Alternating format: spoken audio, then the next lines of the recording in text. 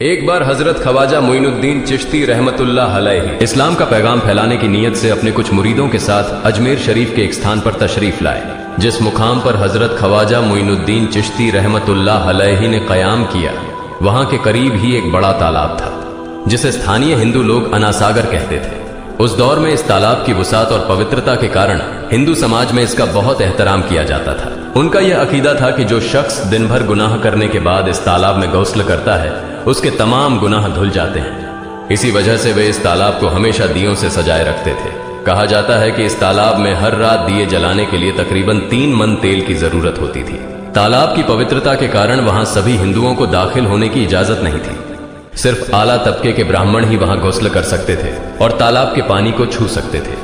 उनका यह मानना था कि अगर ब्राह्मणों के अलावा कोई और तालाब के पानी को छू ले तो पानी नापाक हो जाएगा। हजरत ख्वाजा मोइनुद्दीन चिश्ती रहमतुल्लाह अलैहि और उनके मुरीद लंबे सफर से थके हुए थे।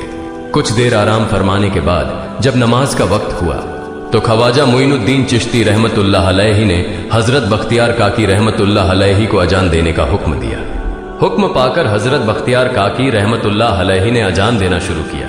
उस वक्त हिंदुस्तान में तौहीद का पैगाम और अजान के अल्फाज किसी ने नहीं सुने थे। जब लोगों ने पहली बार अजान के अल्फाज सुने तो उनके दरमियान हलचल मच गई। लोग अपने घरों से बाहर आकर एक दूसरे से कहने लगे, ये फकीर लोग कहां से आ गए और ये क्या पढ़ रहे हैं। अजान खत्म होने के बाद हजरत ख्वाजा मोइनुद्दीन चिश्ती रहमतुल्लाह अलैहि और उनके साथियों ने अनासागर तालाब पर जाकर वुजू करना शुरू किया।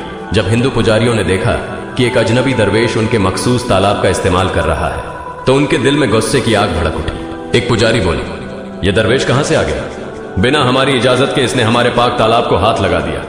हम इस तालाब को कितना मुकद्दस मानते हैं और इन मुसाफिरों ने इसे नापाक कर दिया है।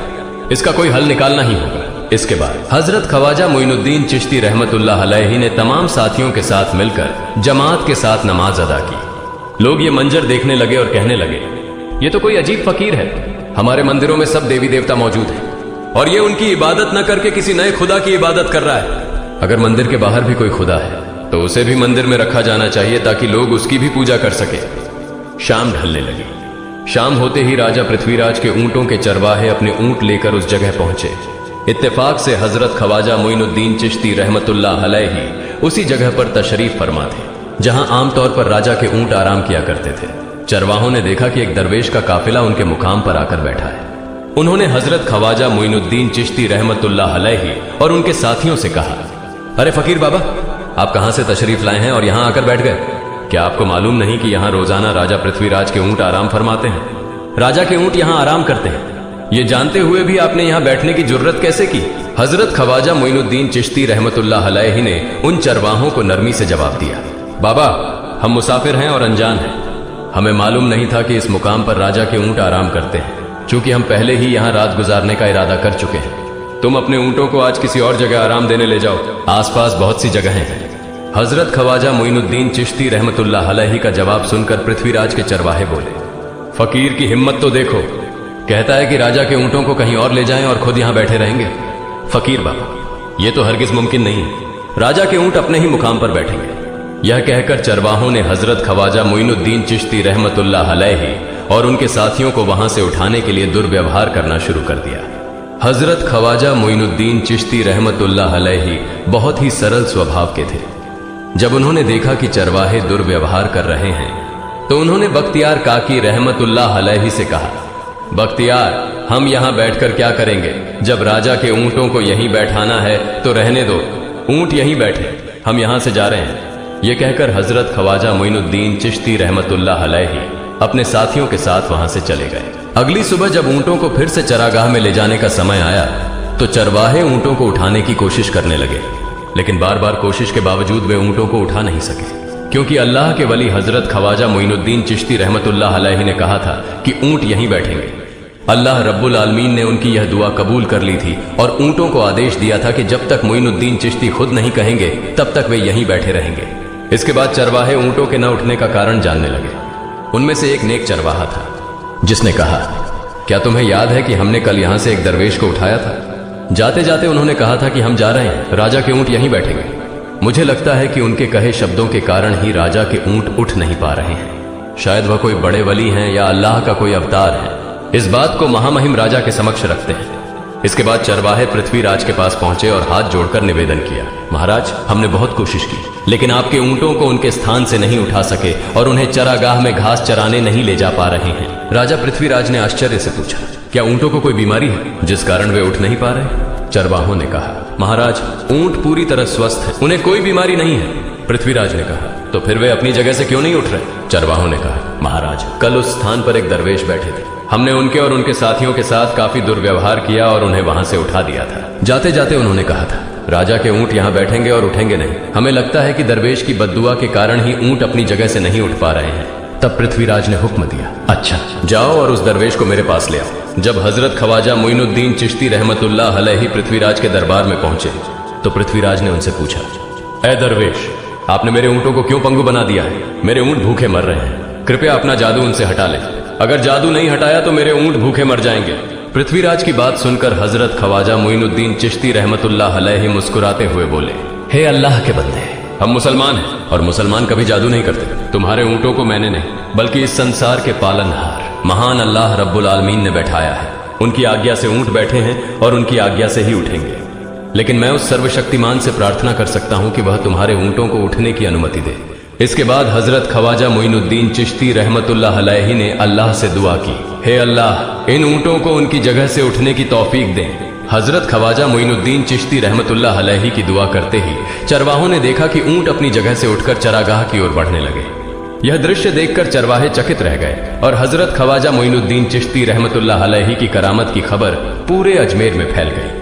जैसे जैसे हिंदुओं के बीच हजरत ख्वाजा मोइनुद्दीन चिश्ती रहमतुल्लाह अलैहि की करामत की बातें फैलने लगी और इस्लाम की महानता उनके सामने प्रकट होने लगी, मंदिर के पुजारी भयभीत हो गए। वे सोचने लगे, अगर यही चलता रहा तो सभी हिंदू मुसलमान बन जाएंगे। तब वे पृथ्वीराज के पास पहुंचे और निवेदन किया, महाराज, ये दरवेश हमारे राज्य में अशांति फैला रहे हैं। यदि आपने अभी इनका कोई उचित समाधान नहीं निकाला तो ये दरवेश सभी हिंदुओं को मुसलमान बना देंगे और तब हमारे देवताओं की पूजा करने वाला कोई नहीं बचेगा। आप इन्हें यहां से भगा दें, नहीं तो ये हमें यहां से बाहर निकाल देंगे।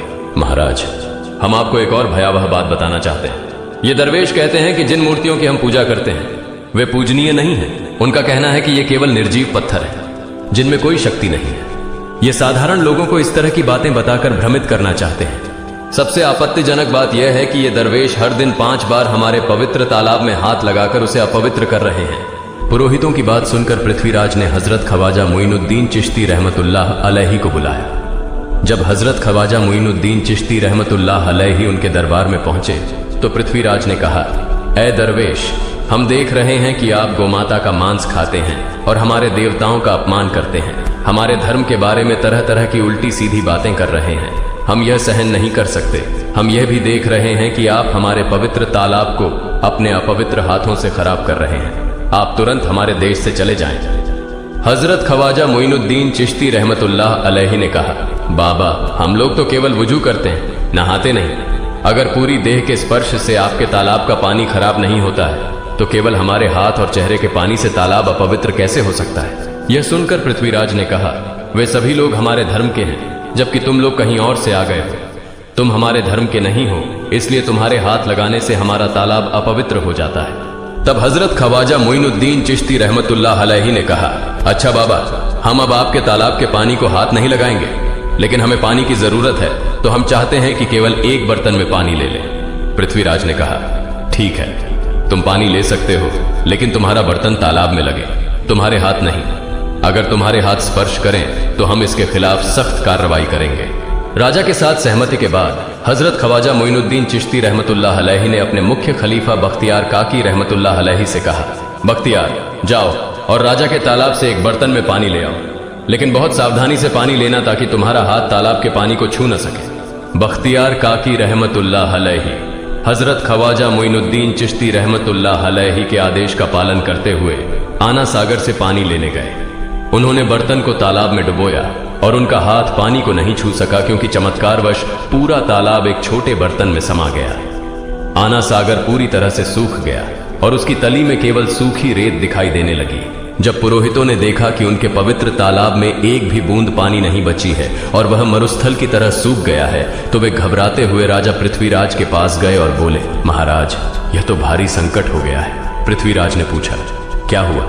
पुरोहितों ने कहा, उस दरवेश ने हमारे पूरे तालाब का पानी ले लिया है। अब हमारे पवित्र तालाब में एक बूंद भी पानी नहीं है। अगर इस तालाब में पानी नहीं होगा तो हम अपने पापों का प्रायश्चित कैसे करेंगे?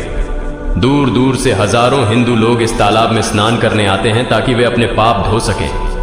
अगर पानी नहीं रहेगा तो वे यहां आना बंद कर देंगे, जिससे हमारा बड़ा नुकसान होगा और अजमेर की मान मर्यादा मिट्टी में मिल जाएगी। पृथ्वीराज गहरे विचार में पड़ गए। वे हजरत ख्वाजा मोइनुद्दीन चिश्ती रहमतुल्लाह अलैहि के खिलाफ कोई कठोर कदम उठाने से झिझक रहे थे, क्योंकि उन्हें आशंका थी कि अगर उन्होंने दरवेश के खिलाफ सैनिक भेजे और दरवेश ने सैनिकों पर भी जादू कर दिया तो उनकी परेशानी और बढ़ जाएगी। इसलिए उन्होंने कहा, तुम लोग जाओ और उस दरवेश को मेरे पास बुलाकर लाओ। मैं देखता हूं कि वह क्या चाहता है। अगर उसकी मांग उचित होगी तो हम उसे मान लेंगे, और यदि उचित नहीं हुई तो हम माफी मांगकर अपना तालाब का पानी वापस ले लेंगे। जब हजरत ख्वाजा मोइनुद्दीन चिश्ती रहमतुल्लाह अलैहि पृथ्वीराज के दरबार में पहुंचे तो पृथ्वीराज ने कहा, ऐ बाबा, आपने हमारे तालाब का सारा पानी ले लिया है। हम अपने पापों का प्रायश्चित कैसे करेंगे? पूरे दिन के पाप हम इस तालाब में स्नान करके धोते हैं।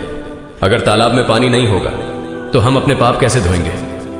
हजरत ख्वाजा मोइनुद्दीन चिश्ती रहमतुल्लाह अलैहि ने उत्तर दिया, देखो बाबा, तुम्हारे पास आना सागर है, पर दुनिया के हर कोने में ऐसा तालाब नहीं है, तो क्या वे लोग अपने पाप कैसे धोएंगे? पापों को धोने की ताकत इस तालाब के पानी में नहीं है। पापों को माफ करने वाला केवल अल्लाह है, जिसने आकाश, धरती और पूरी सृष्टि बनाई है। उसकी इजाजत के बिना एक पत्ता भी नहीं हिलता। इसलिए मैं तुम्हें इस भ्रम को छोड़कर सही राह पर आने की दावत देता हूं। वहां मौजूद हजारों हिंदू हजरत ख्वाजा मोइनुद्दीन चिश्ती रहमतुल्लाह अलैहि की बातें मंत्रमुग्ध होकर सुन रहे थे। इसके बाद उन्होंने कहा, जाओ बख्तियार, जिस बर्तन में तुमने तालाब का पानी लिया था उसे वापस तालाब में डाला। बख्तियार काकी रहमतुल्लाह अलैहि हजरत ख्वाजा मोइनुद्दीन चिश्ती रहमतुल्लाह अलैहि के हुक्म से आना सागर में बर्तन का पानी डालने गए। जैसे ही बर्तन का पानी तालाब में डाला, आना सागर फिर से पानी से लबालब भर गया। इस चमत्कार को देखकर वहां मौजूद कई हिंदुओं ने कलमा पढ़कर इस्लाम कबूल कर लिया। यह देखकर हिंदू पुरोहितों और पंडितों की चिंता बढ़ गई। वे पृथ्वीराज के पास गए और बोले, महाराज, यदि अब कोई उपाय नहीं किया गया तो सारे हिंदू मुसलमान हो जाएंगे। पृथ्वीराज ने कहा, मुझे सलाह दो, इस दरवेश का मुकाबला कैसे किया जा सकता है? पुरोहितों ने कहा, यह दरवेश एक बड़ा जादूगर है, इसलिए इसका मुकाबला भी जादू से करना होगा। हमारे बीच एक बड़े पुरोहित और जादूगर रामदेव हैं, उन्हें इसके मुकाबले में भेजें। अगर वह जादू से इसे हरा सके तो हम अपने हिंदू धर्म का गौरव फिर से प्राप्त कर सकेंगे। पृथ्वीराज ने रामदेव को बुलाकर कहा, रामदेव, मैं तुम्हें इस दरवेश को जादू से हराने की जिम्मेदारी दे रहा हूं। अगर तुम उसे हरा सके तो हम अपने धर्म का गौरव फिर से पा सकेंगे। रामदेव ने पृथ्वीराज को आश्वस्त करते हुए कहा, महाराज, आप चिंता न करें, इस दरवेश को हराना मेरे लिए बहुत आसान है।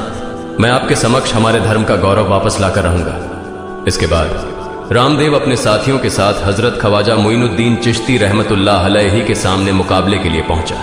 उसने कहा, मोइनुद्दीन, अगर तुम में ताकत है तो मुझसे जादू का मुकाबला करो। मैंने तुम जैसे बहुत से जादूगरों को हराया है, तुम्हें हराना तो मेरे लिए साधारण बात है।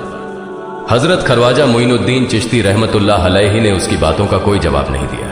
रामदेव ने देखा कि हजरत ख्वाजा मोइनुद्दीन चुप है, तो उसने गाली गलौज करना शुरू कर दिया। जब रामदेव अपनी हदें पार कर गया तो हजरत ख्वाजा मोइनुद्दीन ने उसकी आंखों में देखते हुए कहा, रामदेव, तू चिल्ला रहा है, लेकिन मैं तेरे माथे पर ईमान की रोशनी देख रहा हूं। हजरत ख्वाजा मोइनुद्दीन चिश्ती रहमतुल्लाह अलैहि की यह बात सुनते ही रामदेव कांपने लगा, और उसी क्षण अल्लाह रब्बुल आलमीन ने उसके दिल में ईमान की रोशनी डाल दी। रामदेव हजरत ख्वाजा मोइनुद्दीन चिश्ती के चरणों में गिर पड़ा और बोला, हे अल्लाह के वली, मैंने आपके साथ बहुत बेअदबी की है, मुझे माफ करें और मुझे कलमा पढ़ाकर इस्लाम की राह दिखाएं। हजरत ख्वाजा मोइनुद्दीन चिश्ती रहमतुल्लाह अलैहि ने रामदेव को कलमा पढ़ाया और उनका नाम रखा मोहम्मद सादिक। इतिहास बताता है कि बाद में रामदेव मोहम्मद सादिक के रूप में एक बड़े अल्लाह के वली बन गए। प्रिय पाठकों, सोचें, जो रामदेव हजरत ख्वाजा मोइनुद्दीन चिश्ती को पराजित करने आए थे, वही अब उनके हाथ में हाथ देकर इस्लाम की शांति की छांव में आ गए। यह अल्लाह रब्बुल आलमीन का चमत्कार और शक्ति है, जो जिसे चाहे हिदायत दे सकता है। आमीन।